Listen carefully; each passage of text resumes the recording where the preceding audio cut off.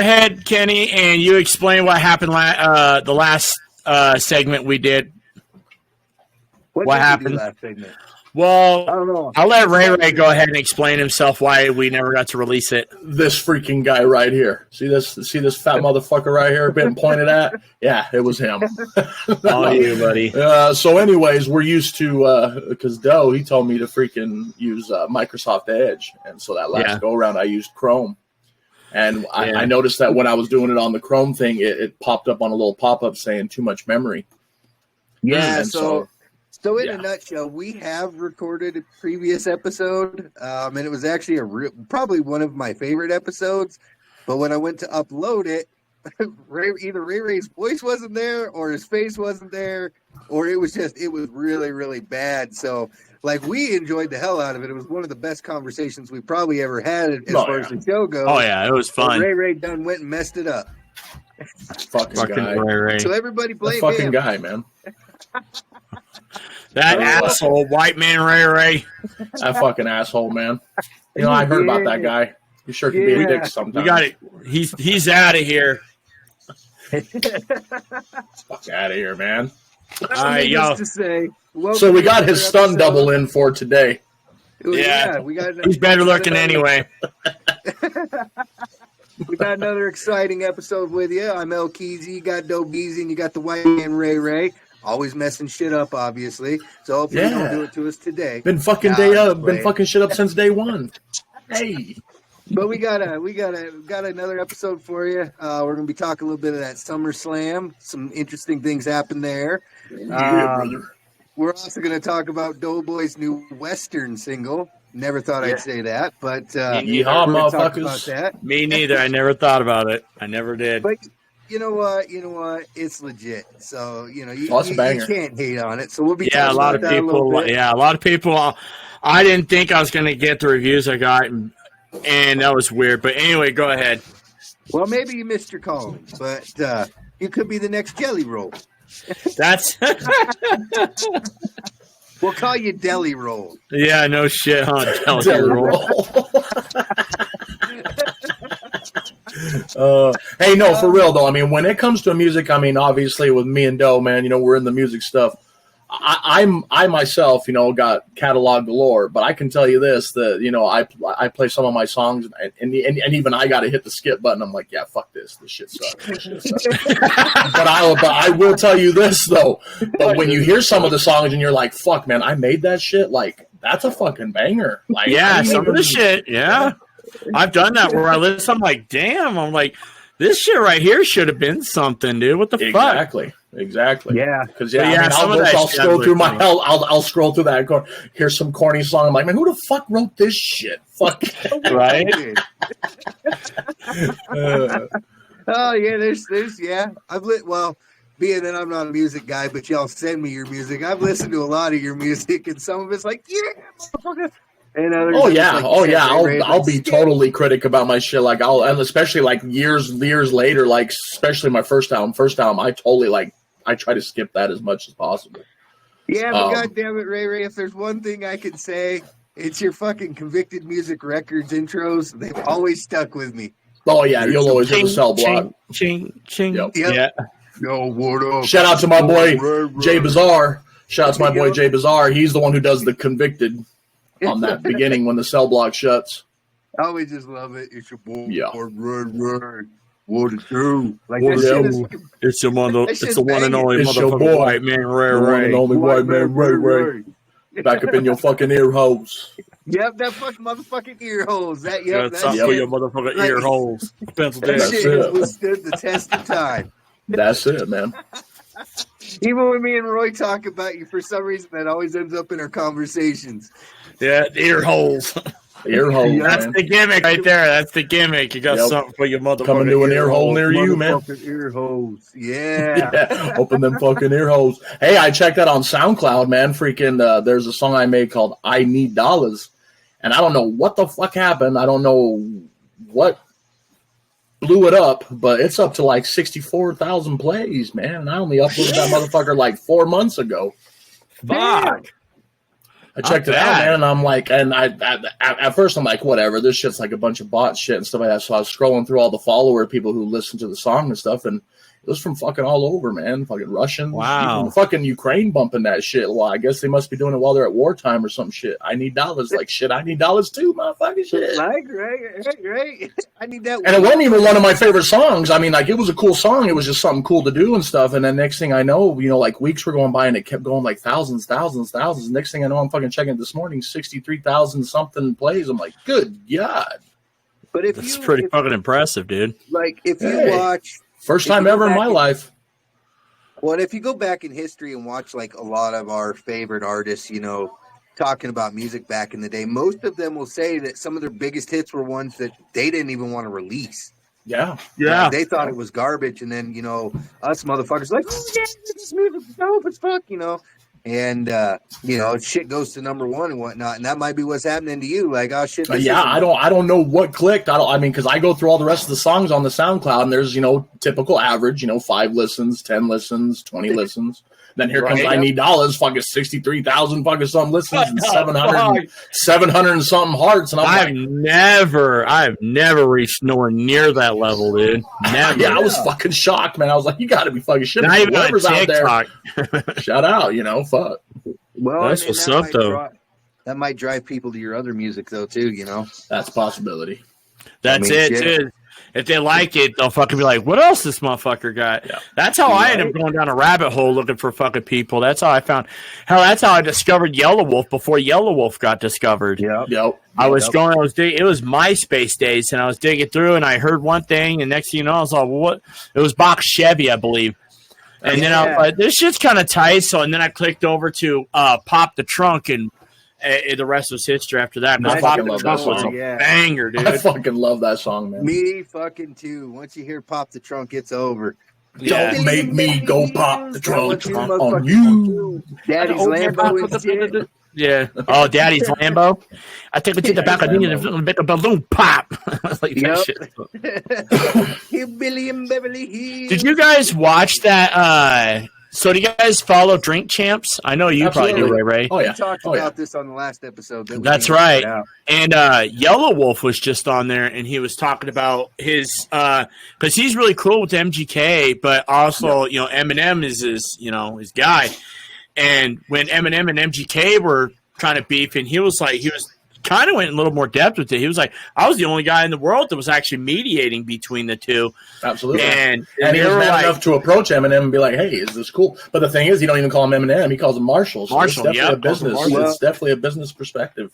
And he straight told him, you know, he's like, you know, Eminem straight told Yellow Wolf, you know, you got to put the shit out. The world needs to hear it, you know. Mm-hmm. Even if they were beefing, you know, he could still recognize it was a good song and shit needed to come out. You know? Yeah. And that's what song was that? That was that Get Rowdy. Yeah. I'm rowdy. Which is, and you could tell that's totally a 3-6 Mafia fucking, because DJ Paul's the one who put the whole concept together.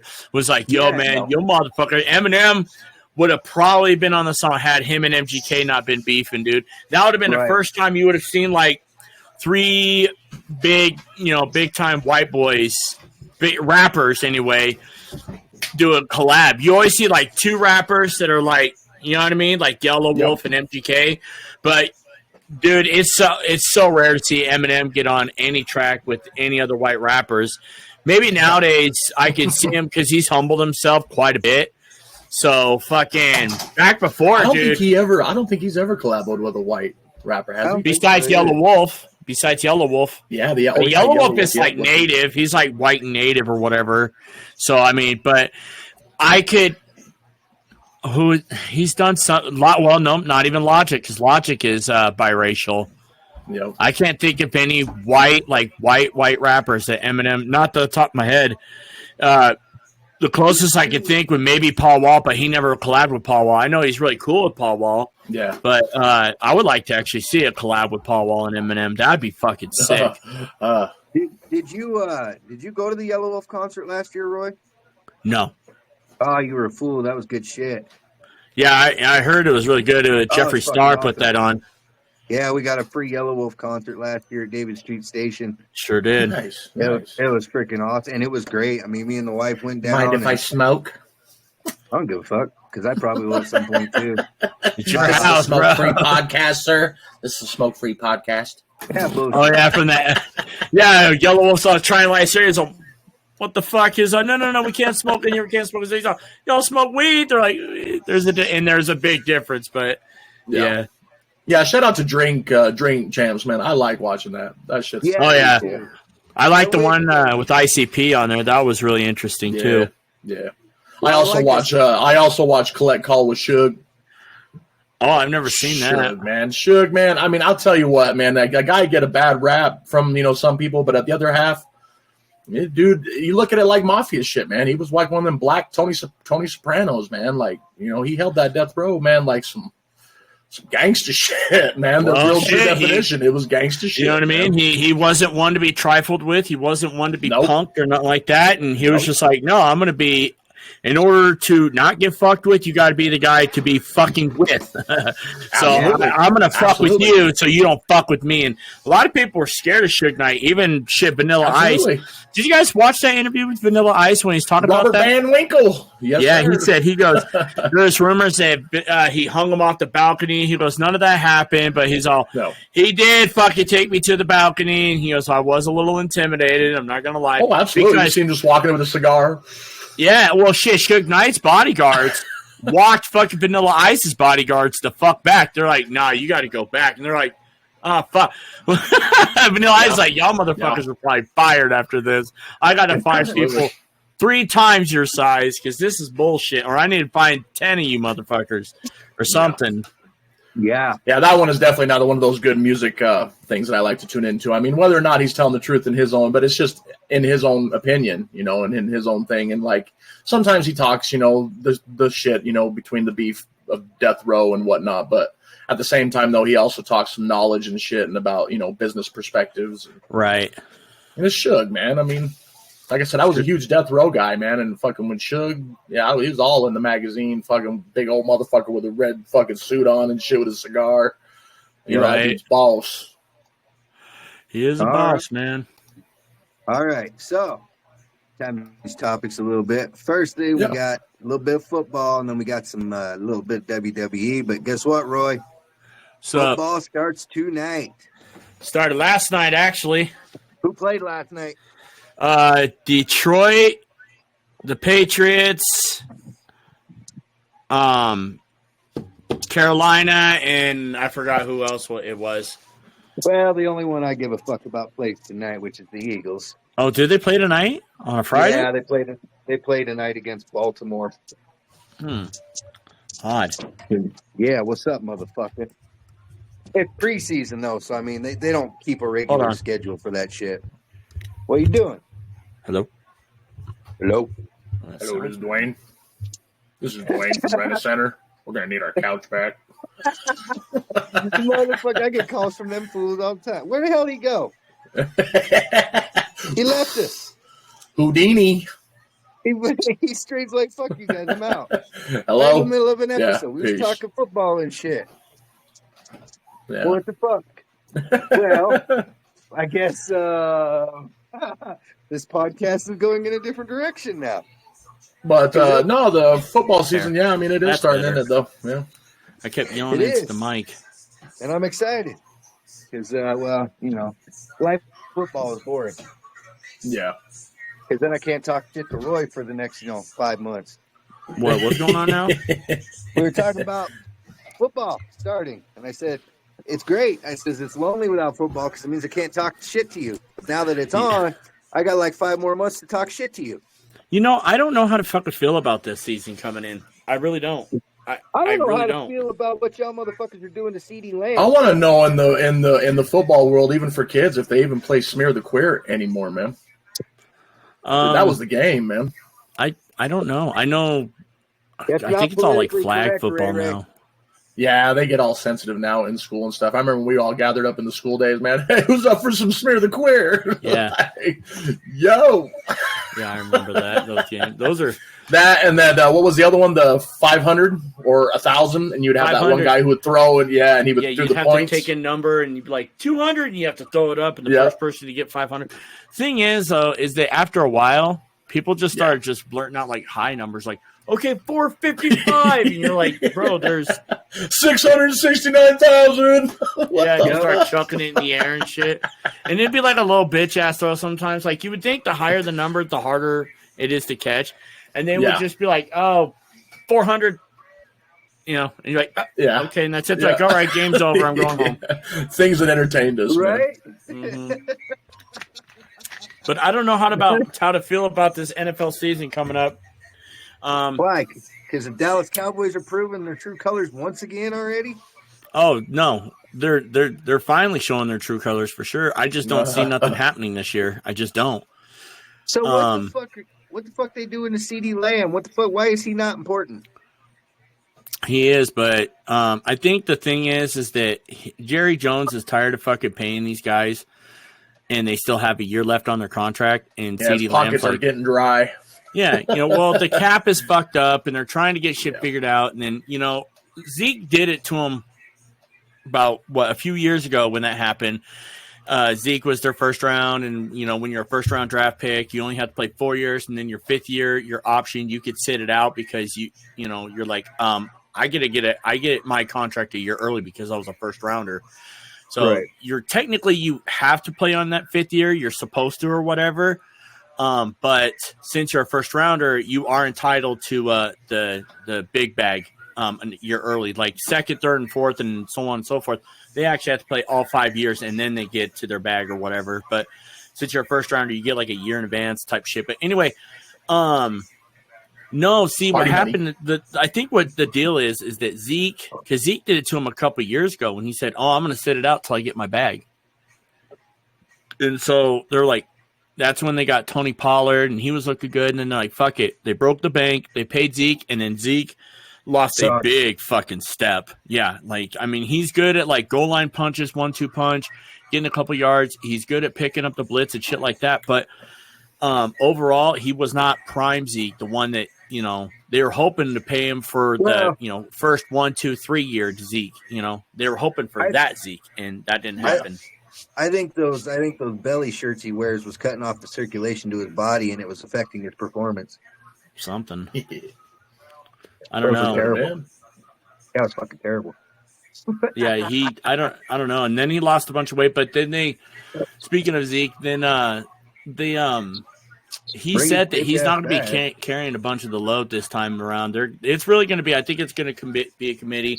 I truly, in my heart, I think they're setting Dak up for failure because Dak's bag is coming up. He's on his last year, and he wants his agents looking like around like $65 million a year.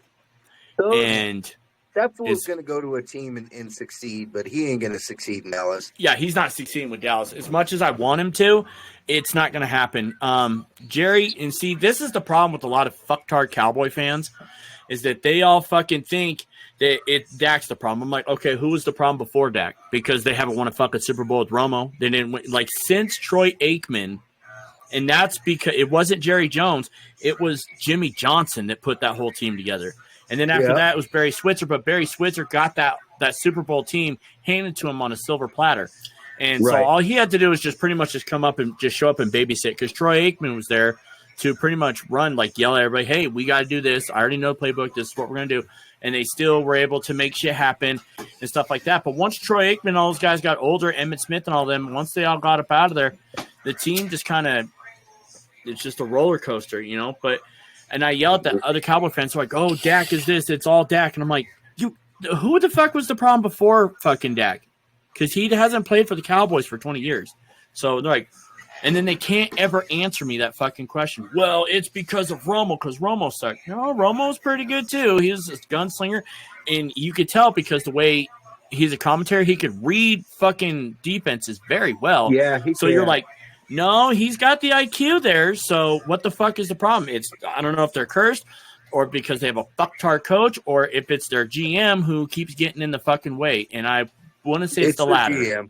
Yeah. It's Jerry Jones. Everybody knows it's Jerry Jones, even the ones that don't want to believe it. It's Jerry Jones. Yeah, the ones who don't want to fucking believe it. And so I think they're setting up Dak for failure. I think that they're not going to do anything.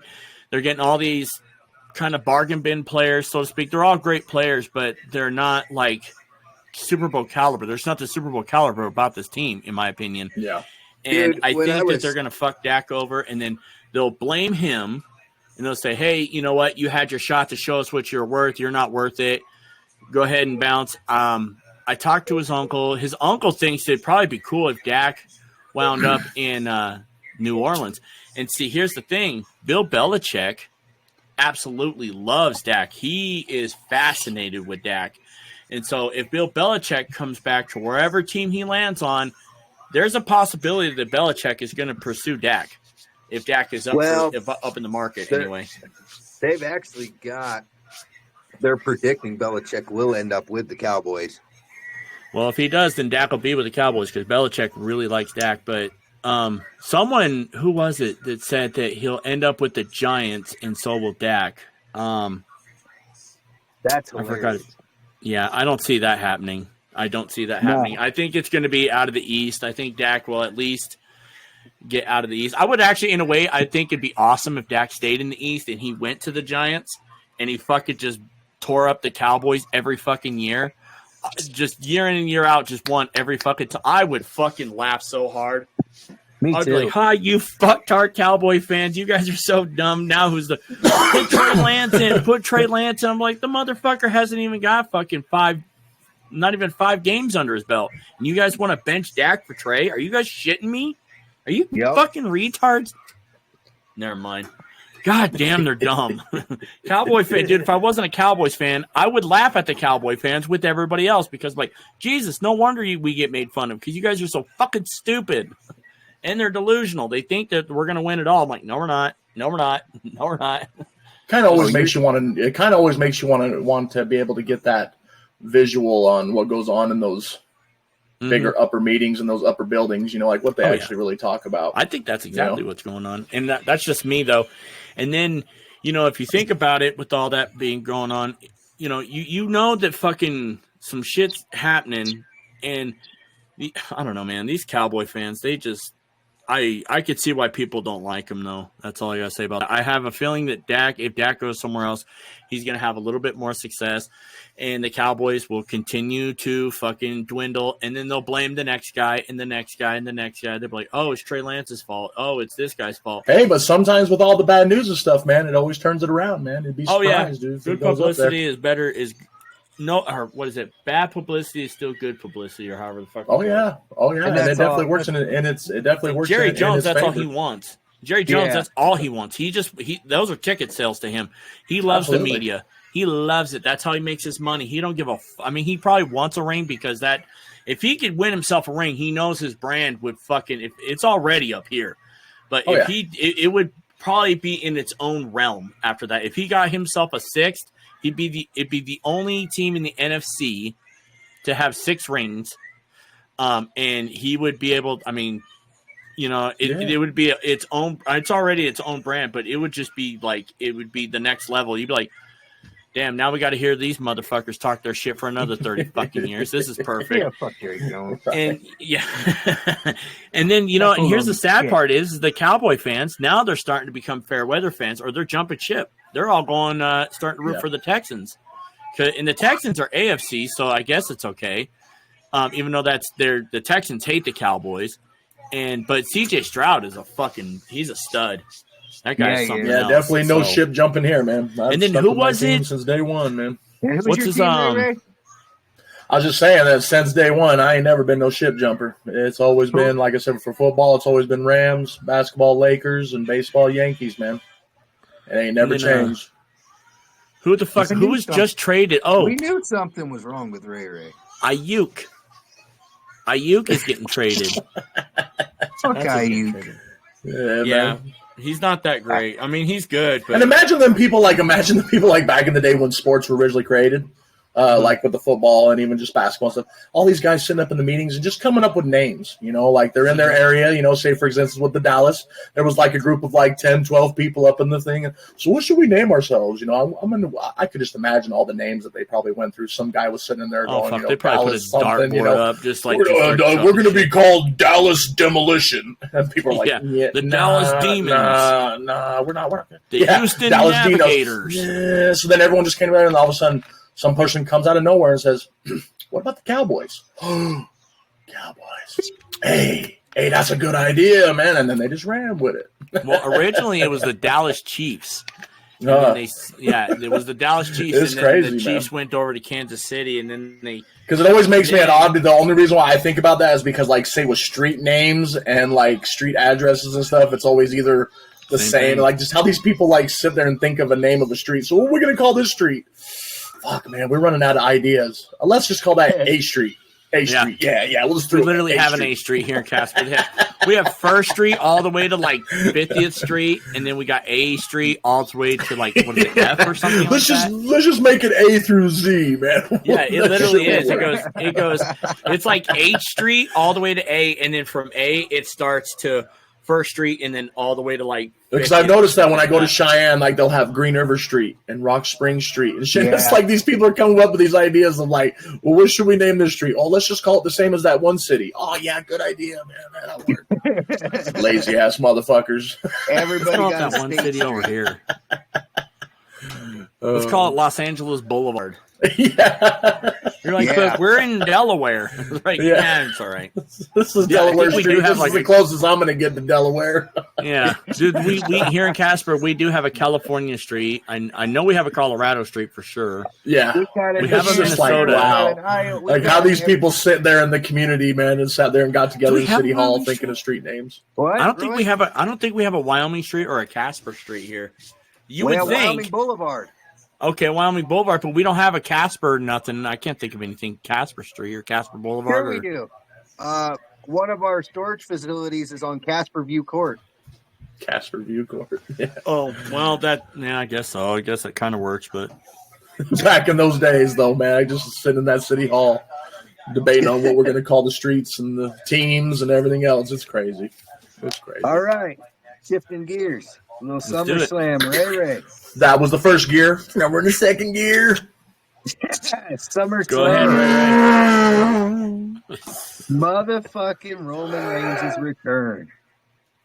Yeah, I seen that. I didn't get to watch all of it, so you guys are going to have to fill me in. He fucking punked out Solo Sikoa, which was fucking beautiful. Yeah. I fucking hate Solo Sikoa. He's one of the worst things to ever happen to the WWE. Not bad, huh? Yeah, he's a fucking... Solos, yeah. He's trash. That's trash. He's not entertaining. His finishing move, dude. You fucking put a thumb into someone's neck. Come on, dog. Right. Come on. Come on. God. I hate that shit. I am a diehard wrestling fan, and the things that fucking chite me the most is fucking the submissions and the fucking holds, because we already know that like the wrestling has its half of the fakeness in it. But, man, you pretty much pull it full-fledged 90 to 100%, especially when it's your finishing move. Yeah. Like I used to love the $1 Million Man, and he had the $1 Million Sleeper, and it's like, come on, dude. You're not even putting him in the hole, man. Right. Like, come on. I like those ones, man, where you, like, your finishing move is going to hurt somebody, dude. Mm-hmm. Like That's why I was so huge with Brock Lesnar, man. He F5 a motherfucker, man. Suplex City. Fucking you see them wrestlers hurting, dude. Like, you're going, oh, fuck. The fucking what the fuck? You got the stunner, like that. Oh yeah, definitely. And then you got fucking the rock bottom. You got what was the tombstone from the Undertaker? Like, the tombstone. I remember back when they used to do the pile drivers. The pile drivers were like good, but now that with the injuries and stuff nowadays, it's only very seldom that like certain people are allowed to do that. But I remember back in those days, man, that fucking shit really fucked people up, man. Especially when you see their neck fucking pushed right onto the mat. Bam. Yep. That was when shit was legit. Oh yeah. And like I said, those fucking submission moves, man. I mean, like in real life, the submission, like a UFC and stuff like that, that's one thing. But like I said, for us as real true wrestling people, When you see those holds, you're like, fuck, here we go. 5 minutes of fucking dragging in this match. Here we go. You know, fucking. Yeah, no blood or anything. Well, because they do it to plan stuff. Usually, most of the times, they put them in the holds to, like, kind of communicate and do what they're going to do for their next moves and shit. Kind of like got to do, like, certain, like, what is it called? Like signals? Yeah, and it's like a breather session, you know, catch up, especially with those heavyweights, you know, time to get a breather, you know, we're going to pull another 10-minute, you know. Yeah. That's why they throw them out the ring and they go and lay down for a little while. And but yeah, SummerSlam was every time. I was definitely happy that Gunther. Yes, sir. About fucking time. That was great. Yeah, he paid his dues. He needed that shit. Absolutely, dude. That motherfucker is one bad motherfucker, man. So you guys, John Cena's retiring. Yep. He's finishing out his last year of the contract thing up to WrestleMania, I believe. Yeah, dude, that's what I heard. I was actually just watching that fucking John Cena prank phone call from like 10 years ago. That shit is fucking classic. Absolutely. Oh my god, that shit is fucking classic. How about that? We have a former decorated Marine needs your help, and his name is John Cena. So that's actually my alarm clock to wake up in the morning. It literally goes. It goes. Cena, do. That shit'll wake you up out of a dead sleep. Absolutely. You are. Oh yeah. Yeah, SummerSlam definitely had its goods and its bads, which is a typical SummerSlam. Dude, how about that fucking Logan Paul flip off the fucking rope, though? Love him or hate him, man. That dude got some moves, man. Oh, dude, that shit. I was just watching an interview with him and The Undertaker, and he said that right before he did that, he had the ref go over, and the ref actually wiped the rope with his fucking armpit to make sure that it wasn't greasy before he went to do that flip so he didn't fucking kill himself. Yeah. He said he'll never do that again because that was just too risky, but it was fucking worth it. That shit was legit as fuck. Oh, yeah, they definitely had a good match. I mean, shout out to LA Knight. About time he got his due, but I don't think it's going to last that long. Nah. He's just... See, when I look at LA Knight, all I see is fucking Elias, man, because they look identical to each other. All I see is fucking Elias with his goddamn guitar. I so would have wished they would have pushed that dude a little bit more, man, because his fucking skits in the beginning was epic, man. Dude, Elias I fucking loved Elias. Absolutely. His song about he go on that guitar and he talk shit on the town. Yeah, he's epic. He's epic. His fucking song right before Brock Lesnar fucked him up was priceless. Oh yeah. He's kind of like Dominic Dominic know the Undertaker and Brock Lesnar was beefing in real life. Well, I mean, they knew it. Like, so the thing is on that one where he lost the streak, Undertaker literally blacked out towards the end of the match because he got too fucking rough with the Undertaker, Brock and him. And he literally he didn't think he was going to make the full match. Like, he literally fucking tired that fucking old dude, man. I don't blame him, dude, because like I said, since day one, man, I remember his fucking debut on SmackDown, man. Brock Lesnar came into the world, dude. I knew that was fucking, that was going to be the hit right there. Like, I instantly chose him, dude. I knew that was going to be my new guy I'm going to fucking go for. He fucked people up, man.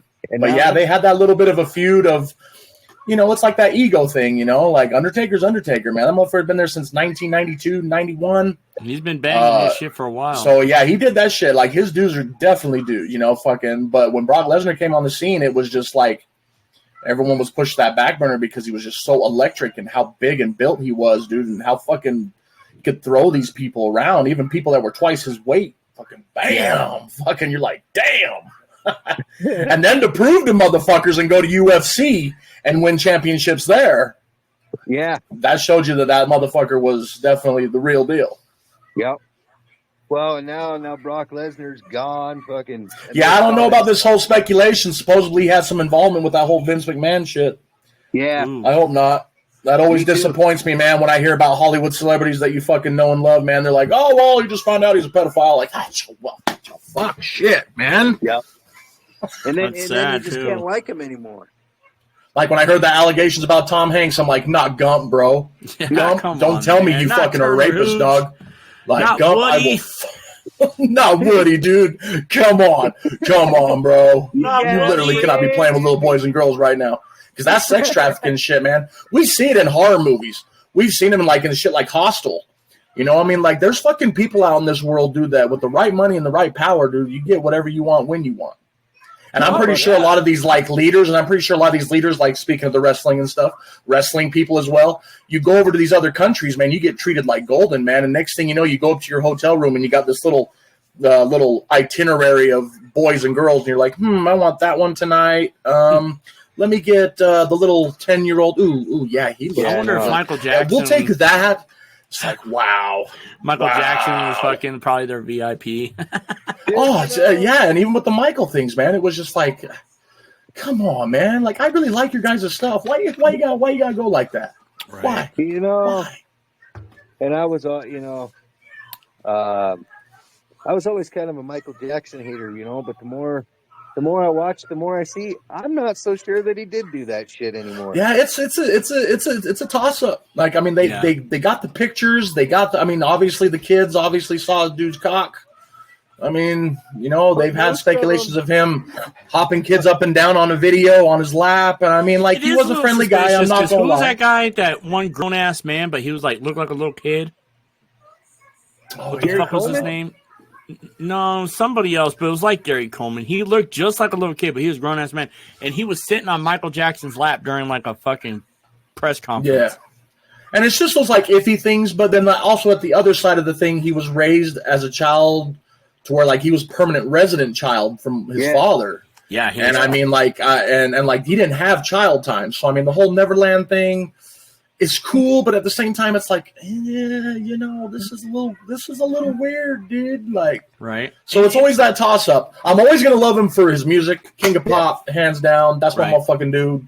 I used to bump his tapes as a kid in my little pink boombox that I got from my Aunt Miranda. Shout out to her. Dude, his first 3 albums were his. Well, okay. Yeah. Oh, yeah. His first 3. Sorry, what was it? Off the Wall. I mean, Off the Wall was okay, but like his first major albums. Oh yeah, which was Off the Wall, Thriller, and Bad. Like, and then those Dangerous. 3 were constant on me. Yeah, Dangerous had a couple of bangers. I love Dangerous, man, dude. Who is it? But he had some bangers though. Oh yeah, he even had Biggie on that motherfucker. Did he? I believe so. I have to look that up, man. I think it was either on Dangerous or it was an outtake that was supposed to be on Dangerous. I know that song that a couple years later he did with his sister Janet. The song's called Scream. That shit fucking went hard, dude. Yeah, I love that song. See, you know, and so when it comes to those celebrities and stuff, though, man, like I said, we love them, but it's just like, please don't go that route. Please don't. Right. See, Michael would have been all right. Here's the thing with Michael. If when he invited people over, it was just like their son, you know what I mean? And if he would have been like, oh yeah, the whole family come through, you know what I mean? You know, and then I think, but just specifically the children could spend the night, you know? That was a little. I know, me personally, 90s, as a parent, I'd be like, nah. Yeah, well, especially nowadays. But in the 90s, parents were like, okay, cool, whatever. It wasn't that big of a deal. God, here, take my kid. Fuck. I'm serious, dude. Like, okay, so I'm going back. I'll even give you the lube. Right. So I'm watching a TV show that was made in the early 2000s even, and some of the shit they were talking about is that show My Wife and Kids with Damon Wayans. And like me personally, I got, you know, I understand. I grew up in that era. I get it. And I was like, some of the shit they talked about, I was like, yo, they cannot say this shit nowadays. Oh God, no. I'm surprised Netflix and it's on Netflix and Hulu. And I'm surprised that fucking they're not like censoring this shit, because some of the shit I'm like, it's a little inappropriate. Yeah, they only want to pick and choose what they want to censor. Usually a lot of your like old school stuff is still around, but it's like those certain ones that they have to really like do that push to censor. You know, to I think what it is, it's more like kid stuff. Like with Disney, they fucking they have to, because they got too many woke people that are throwing fucking tantrums and shit. Speaking of woke, dude, fucking, you guys watched the new Batman series yet? It's called The Cape Crusader. It just came out, and they changed the Penguin to a woman. It's Oswalda Cobblepot. And see, okay, now you shake your head. At first, I was the same way. I was the same way. And then I was talking about it in my homie. Couldn't like marry like Penguin's wife or something? No, it's the Penguin. You would think, but maybe a sister, something, a twin sister would have been okay. But anyway, in Nike, DJ Nike actually points something out. He goes, look at it like this. It's a new concept, and don't act like this is the first time this has happened. I'm like, okay. Well, then I had to kind of think about it. I was like, you know what? in Spider-Man Into the Spider-Verse, Doc Ock was a woman. No one batted an eye. Yep. In a different multiverse, fucking Flashpoint, Bruce Wayne gets killed. Well, his dad becomes Batman, and his mom becomes the Joker. So the Joker's a woman in one world too. So I'm like, I'm not batting an eye at all. And we even had it to some extent back in our day too. They used to switch the stuff up on us. Yeah, you know what I mean? Switch genders. So I'm like, you know what? I can't pick and choose. Either I'm all for it or I'm not at all. I can't be like, it's more or less like, is it going to be entertaining to me? Am I going to be glued to it, or is this just going to be some? Yeah. So anyway, I went ahead and watched it, dude, and actually, it ended up becoming pretty cool. She actually, the Oswalda chick, actually, she was like, it wasn't bad. She, you just have to watch it. You're like, okay, it worked. They made it work, and she's only in it for like a short amount of time anyway. But it's on Amazon Prime, and it's like a 1950s noir kind of a fucking feel to it. It's real more detective shit than anything. And you'd probably I have to get more involved into the newer cartoons. I mean, my kids I still raise them on the old ones, Ren and Stimpy. Oh Rocco. Yeah, Ren and Stimpy's fucking. That's and of course I get in trouble from the wife for playing South Park, but so this is a South Park home. We watch South Park. Beavis and Butthead. That's just a must. Beavis and Butthead for sure. The Godfathers of I think like the cartoons. latest one I saw, I don't even know if it's late. I think it's probably over now. Was that Uncle Grandpa? Grandpa was pretty funny. Yeah, and then I like Teen Titans. I fucked with Clarence. I actually liked Clarence. I didn't care for there's this one show that my kids I'm not caring much for the new Turtles stuff, man. I miss the old Turtles. Dude, so they got this new Ninja Turtle series that just came out today. I haven't watched it yet. It's the mutant or whatever the fucking mutant, not mutant. I don't know what it is about just the animated back in the 80, 91, man, is just it's better. There, man. Like they're missing that. I mean, like I know they want to get with the newer graphics and all that stuff. I like the 02 Ninja Turtles when they made them look more like big, beefy, like kind of like that last Ronin thing that you post up and stuff. Yeah, where it's kind of got that I'm like bigger build. Is once they started kind of making it to where it was like a little more. Yeah, like they're little munchkins now. Like they were teenagers. Now they look like they're like kids. Yeah, like little ass kids. I liked it though. Did you watch that movie? The new Ninja Turtle movie that Seth Rogen fun. I digged it. I was like, okay. Ice Cube as the Fly Man. The Fly. They did a great job, and they're like, okay, if you're going to be a 15-year-old nowadays, this is literally what it would look like. So they did a great job. I'm not saying it didn't, but I'm definitely missing the Shredder. I'm missing Krang. He's supposed to be in the next one. Shredder is. Yeah, they call him up. I guess he's like a contract for hire. Bebop and Rocksteady. Yeah, that fucking era was so cool, man. And then we just got done watching the second one. We got done watching the Teenage Mutant Ninja Turtles 2, Secret of the Use, because the kids never seen that one. Classic, man. I remember watching that motherfucker in the theaters, man, when I was a kid when it first dropped. Oh, I watched the first Turtles on drive-in, and then the second one I was an indoor.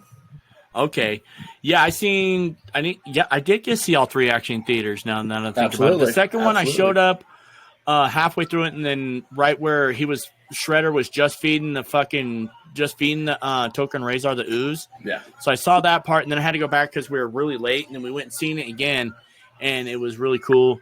And I finally got to watch it to where, because they kept saying, like, all my friends would talk about when we were seeing it when I was younger. Like, I like that part when Donatello pushes the clown, and I'm like, "There's no goddamn clown! What the fuck are you talking about?" Because I showed up halfway through the movie. Yeah, and then I seen it again. I was like, "Oh, the clown!" He's like, "Yeah," and he's shoving this clown and shit. And I'm like, nowadays, dude, you can fucking interpret that into anything you want. You're like, "Yeah, motherfucker, yeah." Shout out to the Turtles, man. Shout out to Robbie Holm for that one, because Robbie's a diehard Ninja Turtle fan. Fucking loves them. Speaking of which, check it out. See, I got the Raphael fucking tattoo. Nice. And then I got his bandana on my arm right there. I got those tattooed on me. So, yeah, Ninja Turtles is definitely in my blood. Did any of y'all watch the Twisted Metal series on Netflix? Oh, absolutely. Fuck yeah, we did. Dude, that shit, fuck. It's fucking amazing, dude. That second fucking season needs to hurry the fuck up. That's I was about to say that. You took the words right out of my mouth. So I'm like, when the fuck is the second season going to come out? Because, hey, Anthony Mackie fucking is killing it right now. That shit. Yeah. Fuck yeah. Can you believe fucking Papa Doc is now... I was definitely a huge fan for the Twisted Metal days, man. I remember when that motherfucking first one dropped on the PlayStation. Yeah, and you know, and they're kind of getting it right. You know what I mean? Yeah. It was like the story was a little off or whatever, but it was okay because the fucking script and the story to it was really good. So I'm like, okay, I can work with this. And then as you're getting through it towards the second, once they start pushing the second one, or at the end of the first one, this is where the real story comes in. They're like, okay, we actually have a tournament. And I'm like, okay. And I see what you guys Samoa Joe, man. Samoa Joe, man. I can't wait for them to introduce Thumper. Is that who's playing Sweet Tooth? Yeah, Sweet Tooth is Samoa Joe. Yeah. Dude, that fucking Sweet Tooth was fucking. He kind of really did make that show. Absolutely. Dude, fuck yeah. Sweet Tooth, that was like the perfect casting. Oh yeah. I remember back, like I said, when we first when those games first dropped, man. I remember shout out to my boy Bug. We used to kick it at his house all the time, man. His mom would be at work, man, and we'd party hard, man. And we fucking cracked that fucking Twisted Metal for hours, dog. Mm-hmm. Twisted Metal and Tupac. It was like a damn daily thing for months. Well, and that's what I was reading, is that the first season was never actually meant to be Twisted Metal. Right. The second season is where Twisted Metal actually starts. Where the actual tournament comes and all them actually show up and stuff. Yeah. So that's why I'm kind of excited. Because it's always been a concept of a tournament thing rather than... Right. They just had to build up to it. And I'm like, okay. Because the storylines usually is just whichever character you pick, they tell you their little info or whatever, and then you choose your rider. Like a little backstory. But it was always that tournament thing. So that's cool they're bringing that in the second season. And it's going to be a trip to see how they do it, because, everybody came together for the one common purpose in the first episode, which was eliminating that damn cop. Yeah. And so, everything culminated to that. But then, so all these people are basically on the same side. And now it shows you at the end of the series that all these people are going to be pinned against each other. And it even looks like Anthony Mackie and his little girlfriend are going to get pinned against each other. Mm-hmm. We're going to have to make a choice. That was definitely a good series, though. I definitely give it a thumb up. Yeah, I was into it. I got really into it. I read that filming for the next season will be this fall. So we'll probably get it early next year time. Yeah, probably around April, I'm guessing. But it just needs to hurry the fuck up. Yeah, it'd be nice. What do y'all think about that Cobra Kai? I haven't watched it. Never watched it. What? Never watched it. None of it? It's not my style. I was lucky. I even remember as a kid watching The Karate Kid. I got it tattooed right I was here. 3 ninjas, dude. I was 3 ninjas. Bro, that Cobra Kai is the shit. Is it though? Yeah, I've heard from my friends that it's been a pretty good series. It's fucking, dude. I love Cobra Kai. Yeah, it's just not the type of stuff I would normally watch, Mm-hmm. I'm always down for some kung fuing and shit, man. I watch some of those movies. And it's dope if you guys watch it. If you guys are a fan of the original Karate Kid movies with Ralph Macchio and shit, if you watch all the first 3 of that, dude, it actually takes place after that, and they're all older. Johnny Lawrence is out fucking. He's like driving like this fucking. Like a Camaro and shit, and he's like just lives in an apartment by himself, and he's like a handyman, and he's like he's still trying, he's like 50 years old trying to figure out his purpose, and he finally figures it out, and he becomes a sensei, and he starts opening Cobra Kai again. Well, then his old sensei catches wind, and so he's trying to interfere, and then fucking Daniel LaRusso is like a really successful fucking car salesman that has a nice ass house up in Encino Hills or something like that. You got to watch it. Anyway, and then these kids all start learning karate and shit, and then they become rivals, then become friends, and then rivals, and it's fucking crazy. It's fucking a lot of fighting, fighting. They've already been like a few seasons deep now, aren't they? Like 3, 4, even probably 6. larger than that. 6, huh? Yeah, shit. They've been going for a while on that. Yeah, this is the last season right here, though. This is the last season. You wonder if they all banded together like, hey man, we're not making as much money as we used to on that Karate Kid stuff. We should come out with a series, dog. Yeah. Probably.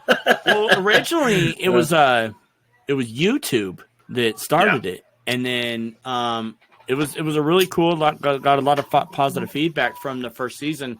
So then they did a second one, and then after that, they were going to just end it. And then Netflix decided to fucking pick it up for like 3 or 4 They're like, nah, man, we're making money off this shit, man. Run that shit for what it's worth.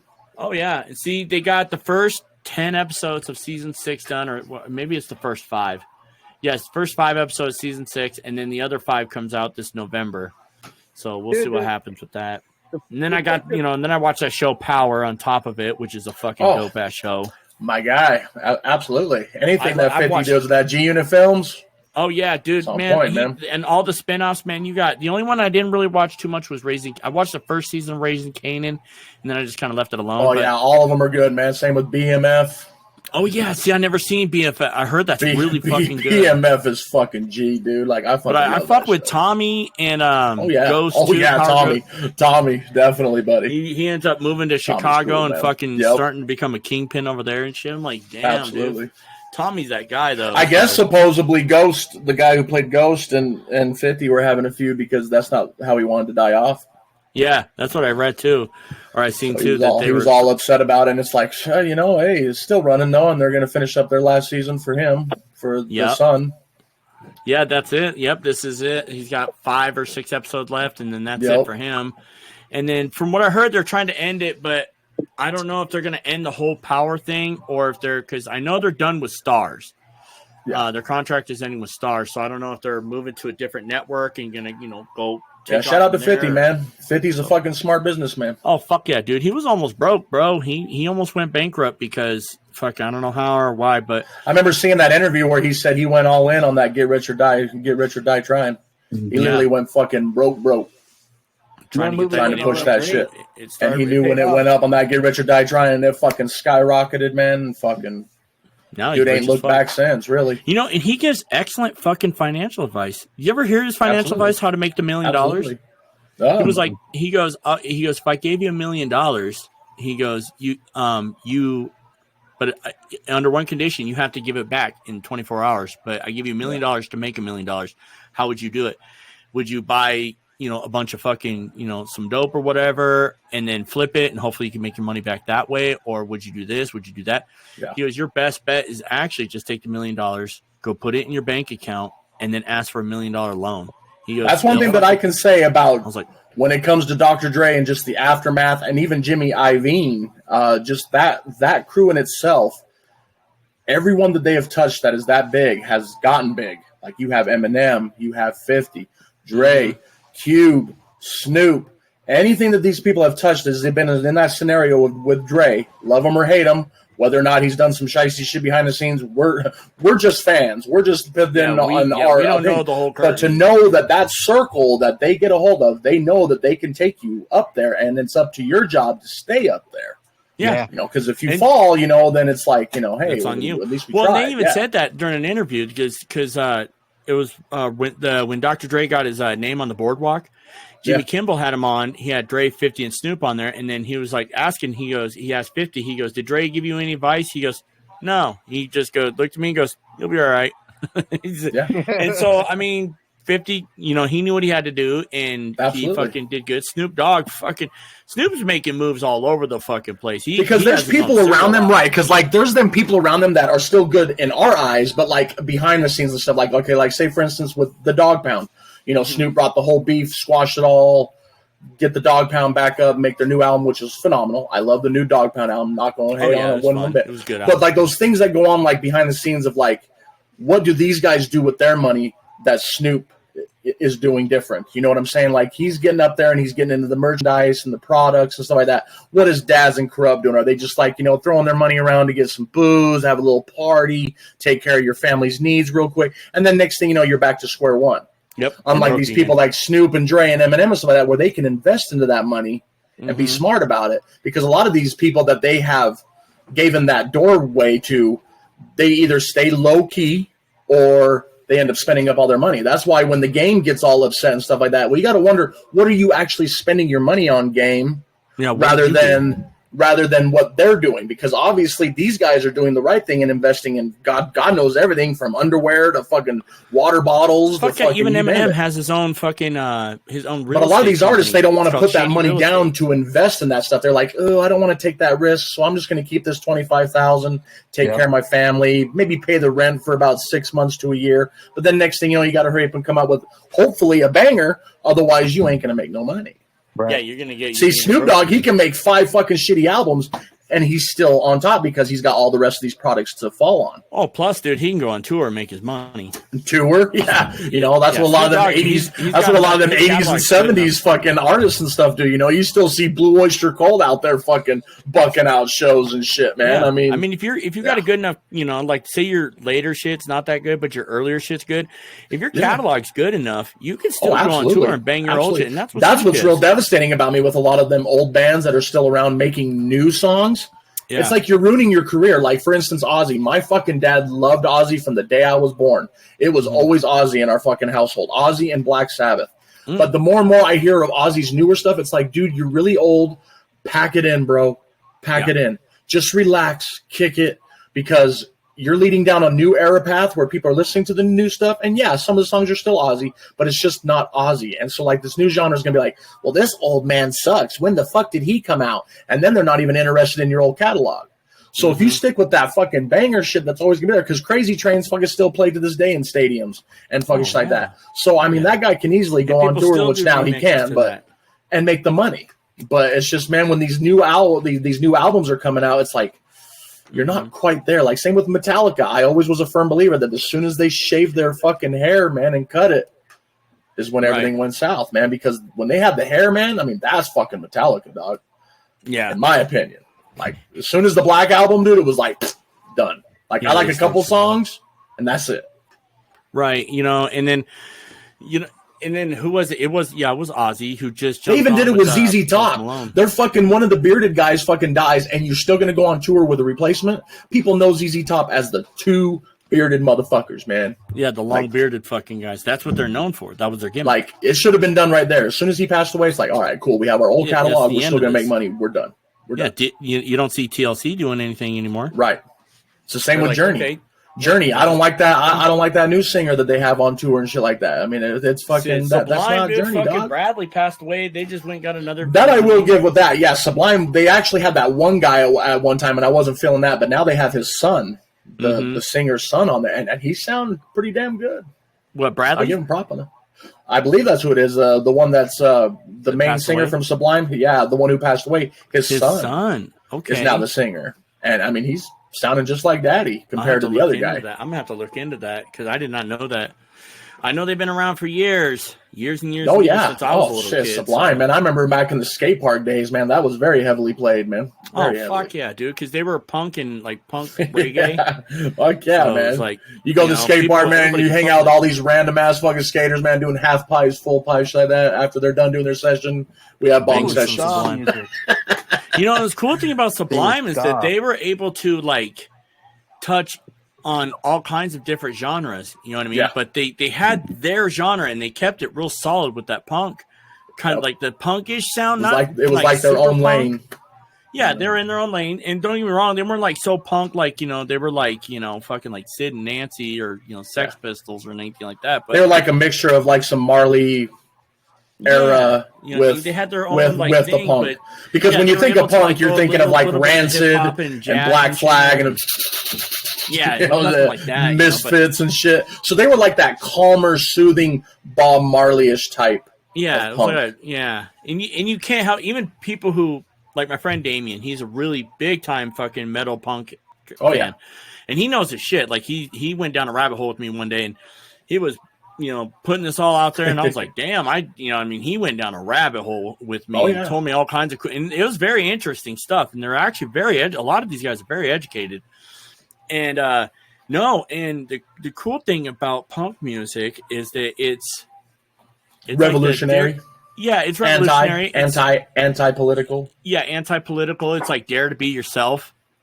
And that's you just imagine hearing a punk band saying, "Oh, I love America, I love my president." And people go, "Yeah, this ain't punk, dog." And a lot of people thought that they, you know, because a lot of supremacists or whatever, because they're so fucking, they listen to punk and they listen to fucking, you know, alternative music and shit like that and heavy metal. And in them other countries, that shit's very heavy there. Very. Yeah, and then I was like telling Damien about it, and Damien's like, "No, you know, see, they don't want that image. Unfortunately, you can't help who follows you. You can't. You know what I mean? It's just like, well, I mean, shit. I don't know what to tell you. You know, they like our music. I don't know what to tell you, but That's not what they're about. You know what I mean? Henry Rollins, you know what I mean? Fucking the Sex singer Pistols, of Black dog. Flag. You know what I mean? Black that guy, Flag. yeah, he's a boss. You know what I mean? All them old ones, Rancid, Mm-hmm. Biohazard. I mean, that's just fucking good shit, dude. Mindless Self-Indulgence. Hey, speaking of that, mindless self-indulgence. Adam Mall. Dude, I did time with that guy. Yeah, that's my boy. Absolutely. I was noticing that when you followed him on TikTok. And I'm like, wait a minute, I know that guy. And anyways, the mindless self-indulgence. When I was locked up, he had a CD, and I'm like, I mentioned it to him, and he's like, dude, you know MSI? And I'm like, oh, bro. Skate park was my place, man. Back before I got locked up, that was my slanging place back there in Green River. We used to be the skate park, man, and like, oh yeah, it was very punk stuff. It was very heavily played. But anyways, yeah, Adam, dude, yeah. Tell him I said what up, though, man. Like, yeah, it was crazy. It's crazy, dude. I run into his kids more often than I run into him. B Unit, homie. B Unit and Rollins. We were in B2, I believe. Yeah, I think we were in B2 together. Yeah, Adam's a good guy. He's he seems like he's happy now. He does pretty good with the guitar. I saw his guitar work. And I told him one day did a video, and I was like, bro, you know I own my own studio, right? So he was just like, yeah, I forgot. I've always wanted to make like a Limp Bizkit, Papa Roach, Korn type of music, you know, where you have that rap with the fucking heavy shit, man, because that's what gets the crowds fucking pumping, dude. Oh, like, fuck you get that. Man, I always watch that fucking Woodstock 99's Limp Bizkit set, man, and you fuck yeah. Dude, like, you're like right there front fucking row, man. Especially that break stuff. All that break stuff song still to this day is like the ultimate fucking fucking hating the day. Fucking everybody loves that song. Hang on, RayRay. Let's go ahead and take a quick intermission, man. I got a phone call to make. All right, you're good. All right, I'll talk to you in a sec. All right, man. Hey, Kenny. What up? Whoop. How the heck does he take an intermission like that? Intermission's break time. Yeah, but how does he do that? He like completely disappeared. Thank you. We were talking about that punk stuff. Yeah, Limp Bizkit though, man. Limp Bizkit is. I love that fucking band, dude. Yeah, I still jam out to break stuff a lot. Oh, absolutely, man, dude. I mean, and you know when you see that shit fucking live, man. I mean, I've never seen him live, but I mean, seeing it on the YouTube, that's about as good as you can get the front row seat. Right. That break stuff, man, and fucking Wes Borland, dude, just the persona. Like Static X. Static X is another one, dude. I fucking miss Wayne Static, dog. Dude, Wayne Static. But you know what? The guy, Edsel Dope. The Dope, yeah. Dude, he does just as good. I'm a huge Dope fan. Oh, yeah. Definitely. And what I love about fucking Edsel is that motherfucker will go up, because Dope always opens for Static X. Yep. That motherfucker will go up and perform an hour set with Dope and then turn around and do a 2-hour set with Static X, like right behind it. Oh, yeah. That fool's the truth. I mean, have you heard the album? Have you heard the album that he came out with that had him as a singer? With the Project Regeneration? Oscillator, Desolator, or whatever the song's called. Damn it. Yeah. Wish I can remember what the name was called. That's on Project Regeneration Volume 2, I believe. That one, yeah. Dude, slamming, homie. The videos are the fucking shiz too, man. Absolutely. And that's cool. You like Dope, dude. Dude, when I used to bring that shit to parties and shit, fuckers like, what the fuck is this? I'm like, dude, that's dope. Dude, they're like, that's motherfucking dope. They're like, what do you mean? I'm like, that's the name of the band. Dope. Yeah. Fuck yeah. I used to bring over American Apathy. Dude, American Apathy was a fucking banger. Yeah. Like, right there in that beginning of the intro where he's like, go home and die. Slap one on in motion. No doctor, no lies. Yeah. Fucking, oh, yeah. Dope's the shit, dog. Felons and Revolutionaries. Oh, yeah, definitely. Die, motherfucker, die, man. That was another big one. And fucking Everything Sucks. And Everything Sucks. Full of shit. And I mean, like, that fucking Debonair. Like, that fucking Debonair. Which a lot of people don't realize that's there on Fast and the Furious. I know. That's, believe it or not, like, that first Fast and hearing that song made me find Dope. Absolutely, right? And then after that, I was just fucking hooked. Absolutely. Even the Life album, like, most people don't like the Life album, but that fucking album was legit from beginning to fucking end. Yeah, it was soft for Dope, but that fucking album was just fucking legit from beginning to end. Agreed. Like I can't find a bad song on that. Maybe Jenny's Crying is probably my least favorite, but like that song is fucking, or that whole CD is just fucking dope. And then to start it off with the "This is life," you gotta take your best shot. Absolutely, fucking A, man. Fuck yeah. And that's just that era that's just missing. Like, I don't know about with the new rock, new rap, just any stuff. Like, I'm very picky and choosy now compared to back then, man, where you just knew it was fucking gonna slam, homie. Dude, I still listen to the old stuff too. Listening to new music, I stay with my old music. I hardly even listen to my music. I'm always going back. Going back, man. But that's where you get your inspiration from too. Absolutely. Oh no, yeah, I mean, absolutely. Like for you guys that do music, that's where you pull your inspiration from. And for me, like, music is life. But at the same time, I used to always give my dad shit because my dad couldn't get out of the fucking 60s and 70s. Yeah. And then here I am stuck in the fucking 90s and 2000s. Like, and even some of the 60s too. Oh, yeah. Yeah, fuck yeah. Dude, absolutely. I love his music. But then, I love mine. But you hit a certain wall, and then after that, it's really hard to get into the fucking music. I mean, there's a few artists that I have from modern day, but for the most part, I still go back to my Korn and my Mudvayne and my Like if you look through your playlist, you'll always notice that it's more backwards than forward. Absolutely, like Dre, Snoop, Eminem, shit like that. For some reason, I've been on a big Lil Wayne kick lately, so I've been listening to a lot of Lil Wayne.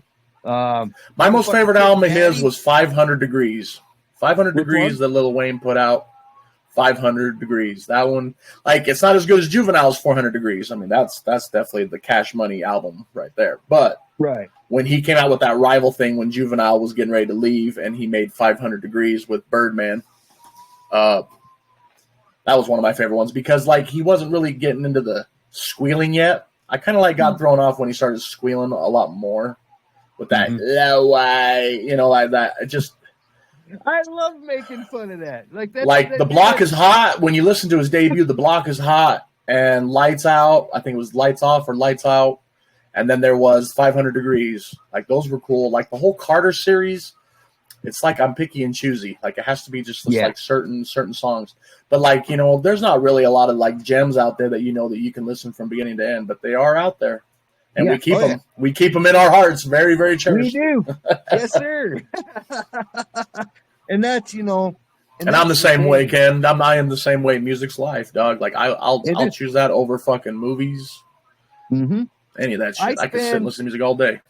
Like, at work, I spend 10 hours a day with my work truck. Yeah. And I don't know. I honestly don't know how the battery lasts on that thing because I'll fucking park it. I'll put the ignition on accessory. I'll Bluetooth my phone, and I'll have that shit fucking blaring like my own personal party system while I'm working all day. And so, how many hours do you have to work per day? What do I do 10s basically. Ooh. Yeah. 4 10s, but I get a 3-day weekend. In the company truck. So you, where do you work at? Construction or anything like that, or? I work for a storage facility. Hey, nice, dude. Well, it's a storage facility, but they have 5 locations, so I take care of all 5 locations. Hey, hell yeah, dude. So I'm always on the freaking road. Like, always. Like, I give props to you, man. I've put so busting many out that fucking work, man. Oh, yeah. I work hard, too.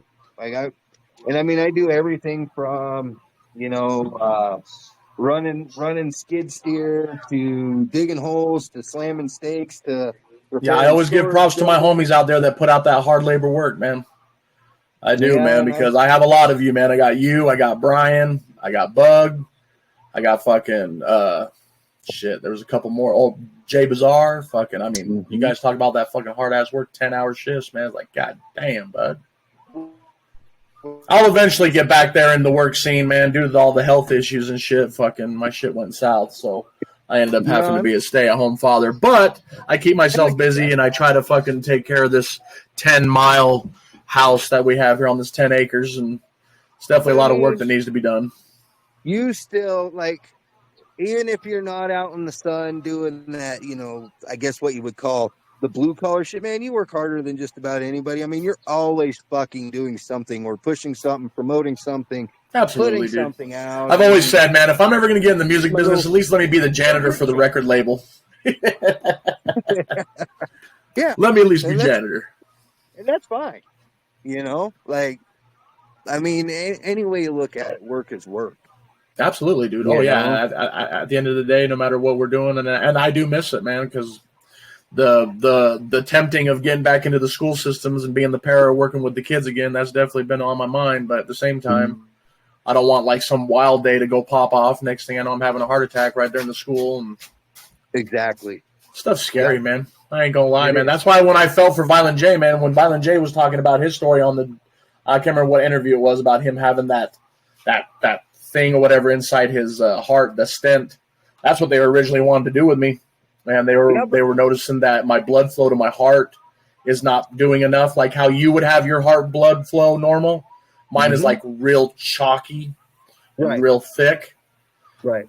I guess it really fucks me up. But I was in the process of getting things figured and good. But then, of course, Wyoming Medicaid says, yeah, you make too much. Got to go. And figure. They all fucking do. And then they tell you to go to the marketplace. And then they tell you to go to the marketplace, right? Oh, fuck. That's 3 times as worse than what it was fucking just asking Medicaid. I know. I know. It's terrible. Put down $4,000. Yeah, let me just put up my house, sell my kids, sell my wife. Then we'll talk about getting health insurance. Yeah, pretty much. Motherfuckers, man. I know. But it's always been like that, though. Ever since we were kids, the health marketplace, just the health insurances in general. I mean, that's why we always get laughed at when Canada and all them people have free medical and shit. And then us, man, we're like the ass rapers of them all, man. And it just gets worse and worse by the day. $5,000 for a piece of shit x-ray that like looks like it's something that's made out of like 1938 and shit. Like, we are in 2024. Like, you guys should have, like, these Ultra X-Ray 3000s to where, like, you just do, like, one scan on us, and you should be able to find every fucking piece of your body fully intact. But yet they still use these old-ass machines that were pre-World War II and charge your ass double. Is insane. It's fucking insane. It's terrible, isn't it? Oh, brutal. Then they tell you, and then a lot of these walk-ins and shit, they won't even let you walk in. They'll fucking say, you have insurance now? Yeah, we're going to have a problem with that. Like, you got to be kidding me right now. Then you wonder why this fucking country is fucking a mess, dog. That's one good piece of the pie, I'll tell you that. And it's been like that since our great-great-grandfathers. Even in World War II, they had fucked up medical. I mean, come on, dog. I know. Like, it's crazy. It's crazy. That crazy world we're living in, dude. No wonder why many people die. Yeah, and that's it, too, man. I wonder why fucking many lives fucking go away. And, you know, it's a sad world we living in. But you know what, man? You know, family, and friends are friends. You know, we going to hold it down. You there? Oh, yeah. I'm there. I don't know what the hell happened.